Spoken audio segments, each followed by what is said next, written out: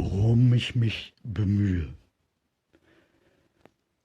Ich bemühe mich um Aufrichtigkeit und Wahrhaftigkeit. Das bedeutet, dass ich zu dem stehe, was ich tue.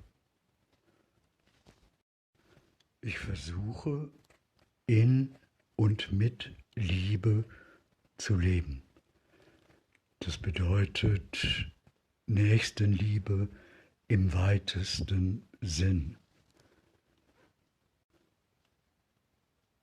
Ich bemühe mich darum, Frieden auszustrahlen, weil Frieden in mir ist. Und ich lebe Liebe, weil Liebe in mir ist und keinerlei Hass. Aufrichtig und wahrhaftig zu leben bedeutet auch, dass man sich zu den eigenen Fehlern und Schwächen bekennt. Und das versuche ich auch. Es gibt immer wieder etwas, wo ich feststelle, ich habe mich getäuscht oder geirrt oder wo ich im Nachhinein feststelle, das war nicht okay. Ich habe aber auch die Kraft, mir das einzugestehen, und ich habe auch die Kraft oder den Mut, es anderen mitzuteilen oder öffentlich zu machen. Und ich denke, das kann man auch merken, wenn man sich meine Videos anschaut. Wahrhaftigkeit ist ein großer Stellenwert und ein sehr wichtiger Punkt, finde ich.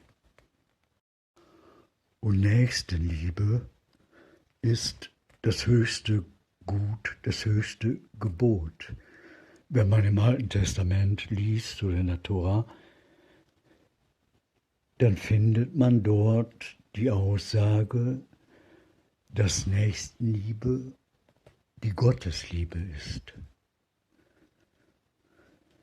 Das heißt, wer Nächstenliebe praktiziert, liebt auf die Art und Weise, auf die auch Gott liebt.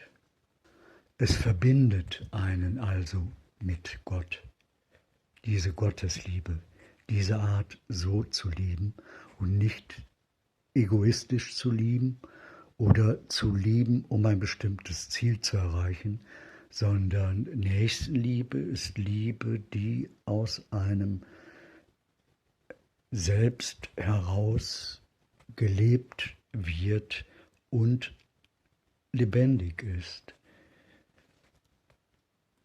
Sie möchte nicht gefallen, sie möchte sich nicht bereichern, sie möchte nicht besitzen, sie möchte nicht beherrschen, sie möchte keine Macht, sie möchte eigentlich gar nichts. Nächstenliebe ist einfach lebendige Liebe. Das ist mir das Wichtigste in meinem Leben. Und auch jetzt, wo ich älter werde oder alt werde, ist es so geblieben und darüber freue ich mich. Und ich freue mich auch darüber, dass ich den Mut habe, anderen Wahrheiten mitzuteilen oder anderen Mut zu machen. Das ist auch eine Kraft, die mir sozusagen geschenkt wird oder verliehen wird. Und so betrachtet habe ich keine Angst davor, alt zu werden. Ich habe auch keine Angst davor zu sterben, weil das Sterben für mich nicht bedeutet, dass es ein endgültiger Tod ist, sondern es bedeutet, dass man geht. Man legt den Körper ab, aber die Seele reist weiter. Die Seele ist die Reisende. Und insofern bin ich auch gelassen und habe da keine Angst. Ja, das wollte ich noch mal kurz mitteilen für diejenigen, die sich fragen, ob ich verrückt bin oder herumrätseln, wer oder was ich bin. Das tue ich ja selber auch oft. Und dann komme ich sehr schnell zu dem Ergebnis, dass ich denke oder mir selber sage, ich bin, der ich bin. Egal wer oder was es jeweils ist. Es ist so, dass ich fühle, ich bin. Das ist das Gegenteil von dem, ich bin nicht. So empfinde ich und ich wünsche mir, dass ich der Welt etwas Schönes geben kann, eine schöne Kraft geben kann. Ja, das wünsche ich mir. Und ich wünsche mir, dass ich der Welt, der Natur, der Tierwelt etwas Würde zurückgeben kann, Respekt und auch Liebe. Aufrichtigkeit ist eine schöne Energie, weil sich darin nichts versteckt, was aus einem Hinterhalt zuschlägt. Darum ist es eine wunderschöne, tragende Energie, die einem auch Leichtigkeit schenkt und auch Kraft schenkt, die eigenen Fehler zu durchleuchten und zu durchforsten und einem Kraft gibt, etwas im eigenen Leben zu korrigieren, an dem eigenen Verhalten zu korrigieren, was man vielleicht als falsch erkannt hat. Ja, das sind die Punkte, die mir auch im Alter wichtig sind, wichtig geblieben sind. Und ich habe andere Schwerpunkte als viele andere Menschen. Sie haben Besitztum und Reichtum, das sind nicht meine Schwerpunkte in meinem Denken und auch nicht in meinen Handlungen, wenn man sieht, wie ich lebe.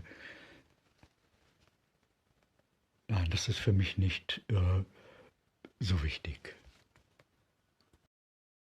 Ein schöner Moment des gegenseitigen Erkennens und der gegenseitigen Freude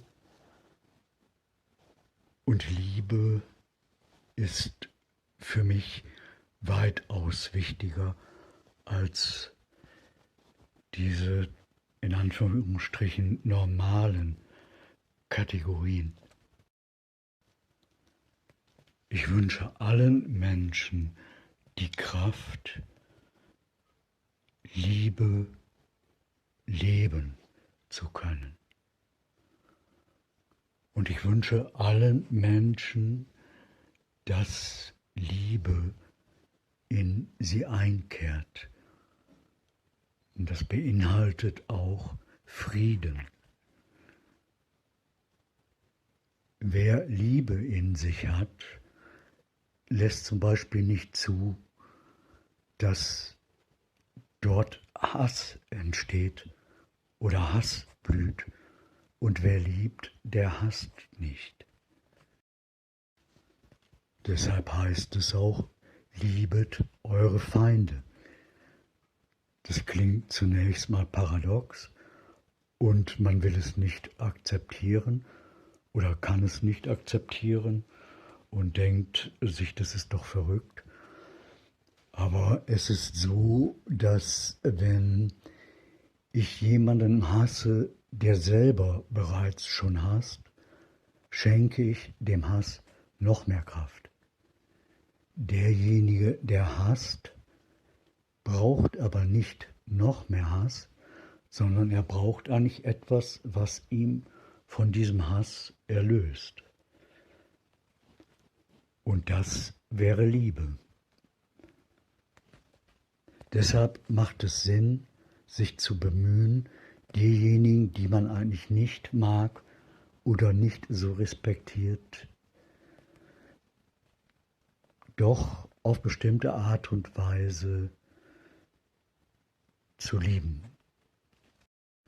Das tut man schon, wenn man sich manchmal die Frage stellt, wie wäre es, wenn es umgekehrt wäre? Wie wäre es, wenn die Rollen sozusagen vertauscht wären und ich wäre derjenige, der andere, der dieses oder jenes macht, was ich gerne verurteilen möchte oder was ich hasse? Was wäre, wenn ich selber der Betroffene wäre? Wie würde ich empfinden? Über was würde ich mich freuen? Wie würde ich denken? Und indem ich mir selber diese Frage stelle, schenke ich schon etwas von der Liebe, die in mir ist, weil ich nicht alle Türen schließe, sondern ich öffne sie.